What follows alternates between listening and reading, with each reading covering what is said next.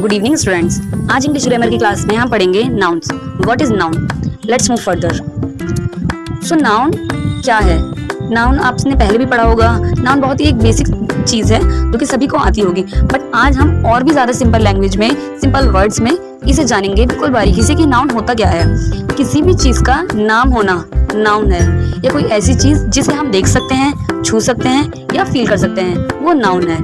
Alright, क्योंकि हर चीज़ का अपना नाम होता है। कोई भी चीज़ विदाउट नेम तो है नहीं। आपका भी नाम है, मेरा भी नाम है, हमारे आसपास जितनी भी चीज़ें रखी उन सभी का नाम है। तो ये सभी चीज़ें जिसमें पर्सन, एनिमल, प्लेसेस, थिंग्स ऐसी चीज़ें आए तो वो हमारे नाउन हैं। ठीक है, अब नाउन तो हो गया एक फादर। अब एक फादर के भी अलग अलग सन्स होते हैं ना, उनके अलग अलग बेटे होते हैं। ऐसे ही नाउन के भी कुछ अलग अलग टाइप्स हैं, काइंड्स ऑफ नाउन। तो सबसे पहले हम इसमें देखेंगे प्रॉपर नाउन क्या है। तो proper noun are the name of particular place, person और things. For example Vinod, Veena, Hyderabad.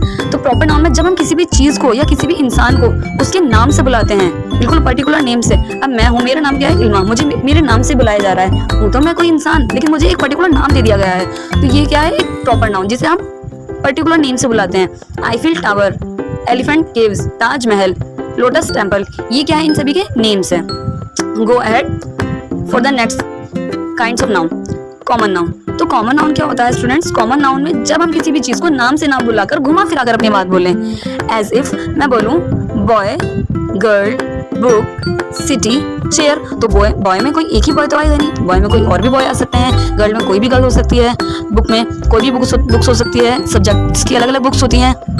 या फिर पहले जब हम बॉर्न हुए होते हैं, जब हम पैदा होते हैं, तो उस टाइम पे हमें कोई नाम नहीं मिला हुआ था। उसके बाद हमारे पेरेंट्स हमें नाम दे देते हैं, उस नाम से हमारी पहचान हो जाती है, एक पर्टिकुलर हमें नेम मिल जाता है। या मैं बोलूँ कार, कार कौन सा नाउन होगी? आप मुझे कमेंट में बताइएगा। कार क्या है? एक प्रॉपर नाउन है या एक कॉमन नाउन है? अब हम बढ़ते हैं नेक्स्ट नाउन के लिए, कलेक्टिव नाउन। तो कलेक्टिव नाउन क्या है स्टूडेंट्स? कलेक्टिव नाउन में जब हम किसी भी चीज को एक साथ बोलते हैं, इकट्ठी बोलते हैं, वी कैन से इकट्ठी, एक साथ बोलते हैं। जिसमें बोलो क्लास, तो क्लास में सिर्फ एक ही स्टूडेंट होगा? नो, क्लास में काफी स्टूडेंट्स हो सकते हैं। बंच ऑफ कीज, चाबियों के गुच्छे, या फिर लिटर्स।